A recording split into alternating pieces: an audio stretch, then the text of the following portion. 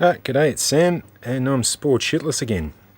I just want to show you some different fertilizers that I've used over the years for imbibing my spores. Well, right at the start. We'll talk about different fertilizer mixtures for the plantlets later on, but this is when you first imbibe them. Oh, we're going a bit out of focus for our little gametophytes in the background. So yeah, in my first video I talked about the nitrogen content being very important when you're first imbibing your spores. So we'll have a look at the Yates Thrive first. By the way, these are all available at Hammer Barn except this one. We'll talk about this one later. But what you're looking for when you first imbibe your spores is the nitrogen content. As long as that's quite high, higher than your phosphorus and your potassium, it'll work really, really well. There would obviously be a golden ratio of all your nutrients. I've got a little nutrient solution that I make up myself, but to be quite honest with you, it really doesn't matter as long as you've got a good nitrogen content. Out of this range, should actually go like that, to be quite honest. So that's probably the best and the least effective. But when I say least effective, the difference between that and that in germination's literally 3 or 4 days. I've got about 12 containers going at the moment with all of these, so in a couple of weeks I can show you the difference of how they've grown, and it'll be something for me to learn as well. This substance here is actually sulphate of ammonia. You can buy this by the bag in Bunnings. It's quite cheap.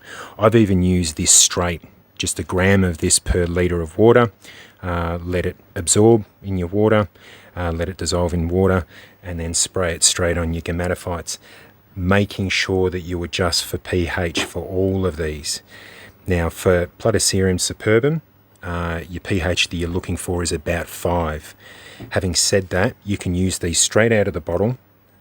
All of the Manutech range will come out at about 6.5. That will work. Your Thrive is quite high, quite neutral. That'll come out at about 7 from what I've used. You want to drop it down at least below 6, ideally 5. I'll talk about pH in another video. But for now, if you've got a pH meter, drop it down to 5. And as I said in my first video, you don't want any organic material inside your fertilizer when you're first imbibing your spores, because then you're introducing possible contaminants. But we can use organic material later on. In fact, your plantlets actually need it. Now this one here, actually I'll show you first on the Manutech range. It's very important with Platyceriums, or any fern or any plant for that matter, is your other elements, your micro elements. So here your calcium, magnesium, iron, very important that they're in there. So your Manutechs are really good with that. Your trace elements, that's the word I was looking for. This company here, they're in Queensland. They're a little company out at, oh shit, can't remember. I'm new to Queensland. G-Bung, that's right. Yeah, the family that run it are a really, really nice family, and this works really, really well. The addition of cobalt, can't remember off the top of my head what cobalt does, but it's really, the addition of this when using this is very beneficial. You can also get trace elements from Hammer Barn as well, and I'm sure around the world, and just mix it to the ratio that it says. I only use about 1 milliliter per litre of your trace element. And it works really well.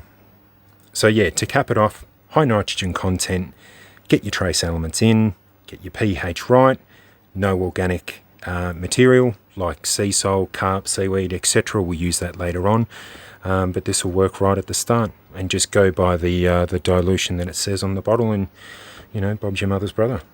Alright, hope that helps, and I'll see you in another video.